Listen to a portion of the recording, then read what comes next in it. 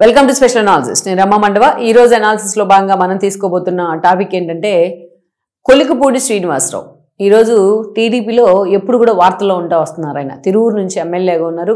అది కూడా ఉమ్మడి కృష్ణా జిల్లాలో అత్యంత కీలకమైన కాన్స్టిట్యున్సీ, అది కూడా రిజర్వ్డ్ కాన్స్టిట్యున్సీ.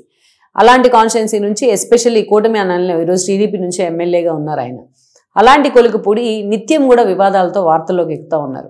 ఆయనకి వివాదాలంటే ఇష్టమా, లేకపోతే ఆయనే వివాదాల చుట్టూ తిరుగుతారో కానీ ఎప్పుడూ ఏదో ఒక వివాదంతో ఆయనకి టికెట్ ఇచ్చిన పార్టీ కూడా కంట్లో నలుసులా మారారు. ఆయన మాటకు ముందు కొలికపూడి చేస్తున్న చర్యలు కావచ్చు, ఆయన మాట్లాడుతున్న మాటలు కావచ్చు, ఎప్పుడు కూడా ఒక డిఫరెంట్ యాటిట్యూడ్తో ఆయన మీడియాలోకి ఎక్కుతున్న తీరు కావచ్చు, నిజంగా టీడీపీ అధిష్టానాన్ని కూడా ఇబ్బంది పెడతానే ఉంది. ఇక్కడ ఒక కంపారిజన్ చేయాలి నేను. ఎందుకంటే గతంలో కేసీఆర్ నాని ఉండేవాళ్ళు టీడీపీలో. కేసీఆర్ నాని ప్రజారాజ్యంలో ఆయనకు ఒక బెటర్ ఎక్స్పీరియన్స్. తన జర్నీ కేసీఆర్ ట్రావెల్స్ అధినేతగా ఉన్నప్పటికీ, ఒక సక్సెస్ఫుల్ పారిశ్రామికవేత్తగా ఉన్నప్పటికీ తన జర్నీ స్టార్ట్ అయింది ప్రజారాజ్యంతోనే. ప్రజారాజ్యంలోని ఒక బెటర్ ఎక్స్పీరియన్స్ ద్వారా ఆయన ప్రజారాజ్యంలో ఎమ్మడలేక టీడీపీలోకి వచ్చారు. అలాంటి నాని కోసం చంద్రబాబు నాయుడు ఆ రోజు వంశీని 2009లో ఎంపీగా పోటీ చేయించాడు విజయవాడలో చంద్రబాబు నాయుడు. అలాంటి వంశీని తీసుకెళ్లి గన్నవరంలో పెట్టారు. పాపం గన్నవరంలో దాసల వారవద్దనం అని పక్కన పెట్టారు వంశీ కోసం. ఇదే కేసీఆర్ నానికి 2014లో టికెట్ ఇచ్చారు చంద్రబాబు నాయుడు. విజయవాడ లాంటి ఒక క్రిటికల్ సీట్, అది ఒక టాప్ మోస్ట్ సీట్. అది అలాంటి సీట్ని కేసీఆర్ నానికి ఇచ్చారు. అయినా కేసీఆర్ నాని అక్కడ గెలవడం జరిగింది. ఆ రోజు టీడీపీ వేవ్ ఎన్డీఏ కలిసి పోటీ చేశారు, Janasena and BJP and TDP. Nani గెలిచారు. అటు గల్లా జయదేవు, రామ్మోహన్ రావు లాంటి వాళ్ళు ఎప్పుడు కూడా తమ వాయిస్ వినిపిస్తూ వార్తల్లో ఉండేవాళ్ళు. బట్ కేసీఆర్ నాని కూడా తనకంటూ ఒక ఇండివిజువల్ ఇమేజ్ క్రియేట్ చేసుకున్నారు. ఎప్పుడు జనం మధ్యనే ఉంటారని ఒక ఇమేజ్ ఉంది. తన కాన్స్టిట్యున్సీకి అనేక నిధులు రప్పించడం దగ్గర నుంచి, కొండపల్లి డెవలప్మెంట్, కొండపల్లి బొమ్మల తయారీ డెవలప్మెంట్ దగ్గర నుంచి దుర్గా ఫ్లైఓవర్కు అనేక ఇష్యూలో ఆయన ముద్ర ఉంది. ఇప్పటికీ కూడా విజయవాడ ప్రజలు ఆయన ఓన్ చేసుకున్నారు.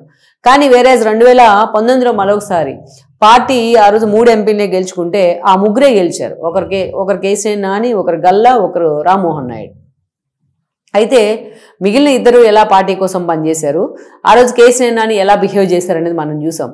తనకన్నా చిన్నాడైన గల్లా జయదేవికి పార్లమెంటరీ పార్టీ నేతిస్తే ఆయన తీసుకోలేకపోయారు. తీసుకోకుండా ఆ జెలస్లోంచో లేకపోతే అనేక కారణాల్లోంచో వచ్చిందే ఆయన దూకుడుతనం. ఎప్పుడు కూడా అగ్రెసివ్నెస్ ఉండాలి, బట్ అగ్రెసివ్నెస్ ఉన్న దాన్ని with in the room discuss చేయాల్సిన అంశాన్ని అనేక సార్లు కేసీఆర్ నాని రోడ్డు మీద పెట్టే ప్రయత్నం చేశారు. ఆయన్ని అభిమానించే అభిమానులు చాలా మందిలో ఆయనకు నచ్చని క్వాలిటీ ఏదంటే ఇదే. ఎందుకంటే ప్రైవేట్ కంపెనీ టీడీపీ అంటూ కూడా మాట్లాడడం, బొకేని ఎయిర్పోర్ట్ లాంజ్లోని ఇసురు కొట్టే ప్రయత్నం చేయడం, చంద్రబాబు నాయుడు మీద అనేక సార్లు బయటకు వచ్చి ఎటకారంగా మాట్లాడే ప్రయత్నం చేయడం, ఇలా అనేక సార్లు నాని ఎంత బేర్ చేసినా టీడీపీ ఎందుకు బేర్ చేసిందని అంటున్నానంటే, ఎవరైనా సరే ఇప్పుడు నానికో లేకపోతే వాళ్ళ డాక్టర్కో ఏదైనా ఇష్యూ వస్తే అది నాని within the box తేల్చుకోవాలా.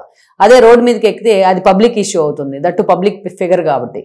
So అలా ఎప్పుడు కూడా ఏదో ఒక ఇష్యూలో నాని వార్తల్లో ఉండేవాళ్ళు. అంటే అది ఆయన ప్రత్యర్థులకి, టీడీపీ ప్రత్యర్థులకి ఆయన అవకాశం ఇచ్చినట్టే. ఎన్నోసార్లు నాని ఆ విధంగా వార్తల్లోకి ఎక్కారు. అలా అయినా తను కరెక్ట్ చేసుకోవాల్సింది. రెండోసారి గెలవడంతోనే నానికి ఓవర్ కాన్ఫిడెన్స్ వచ్చిందని నేను అంటాను. అందుకనే ఎన్నోసార్లు ఆయన ఆ ఓవర్ కాన్ఫిడెన్స్తోనే మాట్లాడుతుండేవాళ్ళు. మైట్ బి ఇప్పుడు నేను చెప్పే విషయంలో టీడీపీ వైపు నుంచి కూడా తప్పులు ఉండుండొచ్చు. శ్వేతాన్ని మేయర్ చేద్దాం అనుకున్నారు ఆయన, ఆ విషయంలో టీడీపీ నుంచి సపోర్ట్ లేదనేది ఒకటి. స్వయంగా శ్వేత విషయంలో తన నమ్మక ద్రోహం టీడీపీ నేతలు చేశారనే ఆవేదన ఆయనకు ఉంది. అంతేకాదు తను ఆల్రెడీ ఎంపీ అభ్యర్థిగా ఉంటే తన తమ్ముడైన చిన్నిని పార్టీ అధిష్టానం ప్రమోట్ చేస్తుందా అనేది ఒక ఆవేదన ఉండొచ్చు. కానీ ఆ అవకాశం ఇచ్చింది కూడా నానినే. నువ్వు కరెక్ట్గా ఉంటే చిన్ని అనే వ్యక్తి అక్కడికి వచ్చేవాడే కాదు, అది అందరికీ తెలిసిన విషయమే. ఈరోజు అదే పొగరుతోని, అదే యాటిట్యూడ్తోని తన రాజకీయ జీవితాన్ని కూడా ఫుల్ స్టాప్ పెట్టుకునే పరిస్థితి నానికి వచ్చింది. నేను ఇండివిజువల్గా గెలిస్తే చంద్రబాబు నాయుడు మీద తిరుగుబాటు జెండా ఎగరేయక ముందే, ఈ పూర్తి స్థాయిలో వైసీపీలోకి వెళ్ళకముందే చాలా తిరువురు ఇష్యూ తర్వాత చాలా యారగెంట్గా మాట్లాడాడు నాని ఆ రోజు. నేను ఇండివిజువల్గా పోటీ చేస్తే విజయవాడ ప్రజలు నన్ను భారీ మెజారిటీతో గెలిపిస్తారు, నేను ఛాలెంజ్ చేస్తున్నాను, తొడగొడుతున్నాను అంటూ విజయవాడ నడిబొడ్డును మాట్లాడారు మీడియాతో. ప్రజలు అంతే కోరుకుంటున్నారు, నన్ను ఇండివిజువల్గా పోటీ చేయమని అంటూ మాట్లాడారు. అప్పటికే రాష్ట్ర ప్రజలందరికీ ఒక క్లారిటీ ఉంది చంద్రబాబు నాయుడు అరెస్ట్ తర్వాత ఎలాంటి పరిణామాలు జరుగుతాయి అనేసి.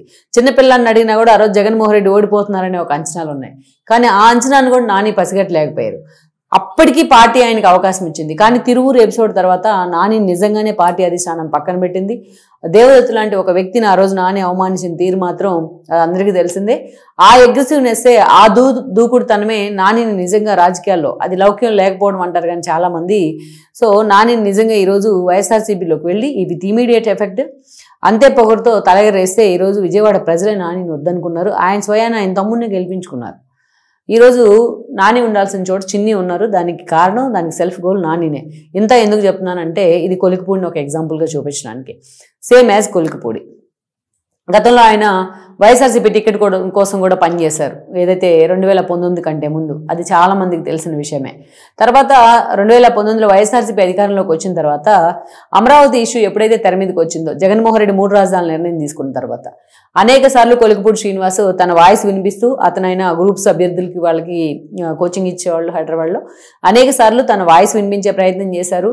టీడీపీకి మద్దతుగా వాయిస్ వినిపించారు. అమరావతి ఉద్యమాన్ని ఆయన అక్కడే పుట్టిన వ్యక్తి కాబట్టి ఆ ఉద్యమాన్ని తాను కూడా ఓన్ చేసుకున్నారు. అటు వాయిస్ ఉంది, ఒక ఏదైతే దళిత సామాజిక వర్గానికి చెందిన వ్యక్తి కాబట్టి అంతే స్థాయిలో ఆ ఉద్యమం కూడా ఆయన ఓన్ చేసుకుంది. సో అలా టీడీపీకి కూడా దగ్గరయ్యారైనా, టీడీపీ అభిమానులు కూడా ఆయన్ని ప్రమోట్ చేశారు. టీడీపీ అధికారంలోకి రావాలని కోరుకున్న చాలా మంది ఆయన్ని ప్రమోట్ కూడా చేశారు. దెన్ ఇక తిరువూరులో అనేక కీలక పరిణామాలు జోడు చేసుకున్నాయి. అప్పటికే దేవదత్ అక్కడ ఇన్ఛార్జ్గా ఉన్నారు. కానీ ఏదైతే ఈ ఎపిసోడ్ ఏదైతే వచ్చిందో, నాని వర్సెస్ దేవదత్ అనే ఎపిసోడ్ కానీ, ఆ దాసు లాంటి వాళ్ళు నానితో పాటు వెళ్ళిపోయిన పరిస్థితి కానీ, సో దేవదత్తుకి టికెట్ ఇవ్వకుండా లాస్ట్ మినిట్లో, ఎందుకంటే అప్పటికే ప్రెజర్ ఎక్కువైంది, కొలికిపూడి టికెట్ ఇవ్వాలనే ప్రెజరు పార్టీకి కూడా. సో ఆయనకు మంచి వాయిస్ ఉంది. సో అందుకే దేవదత్తు లాంటి సైలెంట్గా పాపం తన పని తాను చేసుకుపోయే వ్యక్తి కంటే కొలికిపూడే బెటర్ అని కూడా ఆ రోజు భావించారు. దట్టు అమరావతి కోసం ఫైట్ చేశారు కాబట్టి ఆయనకి టికెట్ ఇవ్వాలని కూడా చంద్రబాబు నాయుడు అనుకుంటా ఉన్నారు. ఆ క్రమంలోనే ఆయనకి టికెట్ దక్కింది. నిజంగా చాలా షార్ట్ స్పాన్లో అసెంబ్లీలో అడుగుపెట్టే అవకాశం అందరికీ రాదు. అలాంటి అవకాశం కొలికిపూడి శ్రీనివాస్కి వచ్చింది. చాలామంది అప్లాజ్ కూడా చేశారు. ఎవరైనా వెల్కమ్ చేయాల్సిందే దాన్ని. సో రాష్ట్ర వ్యాప్తంగా ఉన్న జగన్మోహన్ రెడ్డి వ్యతిరేక వేవ్ కావచ్చు, కూటమి వేవ్లో ఆ రోజు తిరువూరు నుంచి కొలికిపూడి గెలిచారు. 3 పార్టీల ఓట్లతోనే, కేవలం ఒక టీడీపీ ఓటుతే కాదు, తిరువూరులో కొలికిపూడి గెలిచారు. ఆ రోజున గెలిచిన తర్వాత అనేక సందర్భాల్లో ఆయన యాటిట్యూడ్, ఆయన ఫ్యాన్ బేస్ ఉండుండొచ్చు, అక్కడ ఆయనకు ఓట్లేసిన ప్రజలు కూడా ఉండుండొచ్చు. ఇవాళ అదే ఓట్లేసిన ప్రజలు కొలికిపూడి మీద తిరగబడతా ఉన్నారు. కొలికిపూడిని మాటకు ముందు బయటకు వచ్చి తిడతా ఉన్నారు కొంతమంది. సామాజిక వర్గాల మీద కొలికిపూడి మాట్లాడే ప్రయత్నం చేశారు. ఆయన కొన్ని మిస్టేక్స్ ఉండుండొచ్చు. ఏదైతే లోకల్గా అధికారులతో పోయే ఇష్యూని గోడుతో పోయే దాన్ని గొడవల దాకా తీసుకెళ్ళినట్టు తానే ప్రతి ఇష్యూలో ఇన్వాల్వ్ కావడం, ఓవర్ ఎంతూజియాజం, ఇది కొలికిపూడికున్న ఒక పెద్ద మైనస్. అదేవిధంగా డైలాగ్ డెలివరీ, ఏది పడితే అది మాట్లాడే ప్రయత్నం చేయడం. ఇక్కడ చూస్తే పార్టీకి ఒక డిసిప్లైన్ ఉంటుంది. ఆ డిసిప్లైన్ని విస్మరిస్తే, ఇప్పుడు ఆయన ఎందుకు ఆయన క్లాస్లో అభ్యర్థులకు సివిల్స్కో లేకపోతే గ్రూప్ 1 వాళ్ళకో కోచింగ్ ఇస్తూ ఉంటారు. ఒక వ్యక్తితో లేసి ఒక డిస్టర్బ్ చేసే ప్రయత్నం చేస్తే ఆయన కూడా డిస్టర్బ్ అవుతారు. ఆ క్లాస్ కూడా సరిగ్గా నడపలేరు. అలాగా రాష్ట్ర వ్యాప్తంగా ఇప్పుడిప్పుడే కూటమి కొంచెం కుదురుకొని ఇప్పుడిప్పుడే కొంచెం ఇష్యూస్ మీద ఫోకస్ పెడుతున్న పరిస్థితుల్లో ఇలాగ ఏదో ఒక ఇష్యూని తెర మీద తెచ్చి కొలికిపూడి వార్తల్లో ఉంటున్నారు. అది ప్రత్యర్థులకు ఒక అవకాశం ఇచ్చినట్లు అవుతుంది. ఇవాళ సోషల్ మీడియా చిన్న చీమ గదిలినా కూడా సోషల్ మీడియాలో అది ఫ్లేర్ అప్ అవుతూ ఉంది. ఇది తెలియని చిన్నపిల్లోడేం కాదు కొలికిపూడి. కానీ మాటకు ముందు కాంట్రవర్సీలో ఇరుక్కుంటా ఉన్నారు ఆయన. కొంతమందిని థ్రెటన్ చేసే ప్రయత్నం కానీ, తన నిజాయితీని నిరూపించుకునే క్రమంలో ఓవర్గా ఆయన మాట్లాడుతున్న పరిస్థితి కానీ, ఏదో ఒక కాంట్రవర్సీతో వార్తల్లో ఉండటం కానీ, ఇవన్నీ కూడా నిత్యం సర్వసాధారణం అయిపోయాయి తిరువూరులో. అది కొలికిపూడి వైపు నుంచి తను నిజాయితీగా ఉన్నాను, తను నిజాయితీగా మాట్లాడుతున్నాను అనేది ఆయన ఉద్దేశం కావచ్చు. కానీ సామాజిక వర్గాలను కూడా టార్గెట్ చేస్తే ఆయన మాట్లాడారే, ఒక్క సామాజిక వర్గం ఓటేస్తే ఆయన గెలవలేదు. అది చాలా డ్యామేజ్ చేసింది. కొలికిపూడి క్రాస్ చెక్ చేసుకున్నారో, ఫీడ్బ్యాక్ తీసుకున్నారో, if I am not correct అనేది మనం తర్వాత డిసైడ్ చేద్దాం. బట్ కొలికిపూడి మాత్రం అనేక సార్లు ఇలాంటి కాంట్రవర్సీలతో వార్తల్లో ఉన్నారు. ఇటీవలే చంద్రబాబు నాయుడిని కలవడానికి వెళ్తే ఆ విజువల్స్లో మనం చూసాం, ఎక్కడ కూడా చంద్రబాబు నాయుడు ఆయనకి ప్రయారిటీ ఇస్తున్న పరిస్థితి కానీ, ఆయన వైపు చూసి మాట్లాడిన పరిస్థితి కానీ లేదు. అంటే ఆ పార్టీ అధిష్టానం కూడా ఆయన వల్ల ఇబ్బంది పడుతుంది. అదే ఆయనకి అర్థమైందో లేదో అయితే మనకు అర్థం కాదు. బట్ ఇప్పటిదాకా చేసినవన్నీ ఒకటైతే, ఈరోజు చూసినట్లయితే పెద్దిరెడ్డితోని కొలికిపూడి భేటీ కావడం, అది తాత్కాలికంగానో లేకపోతే టెంపరీగానో లేకపోతే అన్ఎక్స్పెక్టెడ్గా అది భేటీ అయ్యి ఉండొచ్చు. ఎయిర్పోర్ట్లోనో ఎక్కడో ఒక చోట ఎదురు కలిసి వస్తూ మాట్లాడుకొని ఉండొచ్చు. కానీ ఆల్రెడీ నేను చెప్పాను, సోషల్ మీడియాలో ఒక చిన్న ఇష్యూ వచ్చినా అది ఈ రోజున పెద్ద ఇష్యూగా ఫ్లేర్ అప్ అవుతూ ఉంది. మన ప్రత్యర్థులకి ఎంత వీలైనంత వరకు అవకాశం ఇవ్వకుండా ఉండాలని అందరూ అనుకుంటా ఉన్న పరిస్థితుల్లో ఈయనే వెళ్ళి పెద్దిరెడ్డితో మాట్లాడుతూ అక్కడ మీడియాకి చిక్కి విజువల్లో కనిపించి దాని మీద మళ్ళీ ఒక పెద్ద వివరణ ఇచ్చి మీడియాలో వచ్చిన తర్వాత ఒకవైపు పెద్దిరెడ్డి కొడుకు మిథున్ రెడ్డి లిక్కర్ మాఫియా వ్యవహారంలో కింగ్ పిన్గా ఈరోజు అరెస్ట్ అయి ఉన్నారు. ఎంపీ స్థాయిలో ఉన్న వ్యక్తినే ఈరోజు పోలీసులు అరెస్ట్ చేశారు. ఈడీ కూడా ఆ కేసులో ఆల్రెడీ ఇన్వాల్వ్ అయ్యింది. అలాంటి వ్యక్తి కోసం తన కొడుకును పరామర్శించడం కోసం పెద్దిరెడ్డి వెళ్తా ఉన్నారు. ఆల్రెడీ పెద్దిరెడ్డి మీద ఒక బోల్డ్ అండ్ ఎలిగేషన్స్ ఉన్నాయి. ఆల్రెడీ విచారణ కూడా పిలిచిన పరిస్థితుంది. మదనపల్లి ఫైల్స్ తగలబడిన కేసు దగ్గర నుంచి ఏదైతే ల్యాండ్ గ్రాబింగ్ విషయంలో ఆయన మీద ఎన్నో ఆరోపణలు ఉన్నాయి. ఆధారాలతో సహా కూటమి ప్రభుత్వం ఆయన్ని కూడా ఫిక్స్ చేసే ప్రయత్నం చేస్తోంది. అలాంటి వ్యక్తిని ఈరోజు కొలికిపూడి కలిసే ప్రయత్నం చేయడం, కలిసిన 2 నిమిషాలు హాయ్ చెప్పి 1 నిమిషం హాయ్ చెప్పి సార్ బాగున్నారా అని అడగడం వెళ్ళడం వేరు. బట్ ఆయనతోనే మాట్లాడుతూ ఈరోజు విజువల్లో కనిపించడం మాత్రం ఇది నిజంగానే అందరూ పార్టీ క్యాడర్ కొంతమంది ఆయన కోటేసిన వాళ్ళు కూడా డైజెస్ట్ చేసుకోలేని పరిస్థితి కనిపిస్తూ ఉంది. ఇక్కడ పెద్దిరెడ్డితో ఆయన జరిపిన మంత్రాలు ఏంటనేది ఆయన చెప్తున్నప్పటికీ కూడా కొలికిపూడి అనవసరమైన కాంట్రవర్సీలు ఎందుకు తెర మీదకి తీసుకొస్తున్నారు అని చాలా మంది ప్రశ్నిస్తూ ఉన్న సిచ్యువేషన్ అయితే ఉంది. మరి ఇలాంటి పరిస్థితి నుంచి మరి కొలికిపూడి పదే పదే వివరణ ఇస్తూ వస్తున్నారు. పదే కాంట్రవర్సీలకి చోటిస్తూ వస్తున్నారు.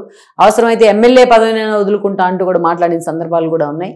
మరి ఈ కాంట్రవర్సీలు అన్నీ కూడా రేపటి ఎన్నికల నాటికి ఆయన మెడకు చుట్టుకునే అవకాశాలు ఎక్కువగా ఉంటాయి. ఇలాంటి వ్యక్తికి ఎందుకు టికెట్ ఇచ్చామా అని బాధపడిన సందర్భాలు అయితే కొలికిపూడి తెచ్చుకోకూడదు.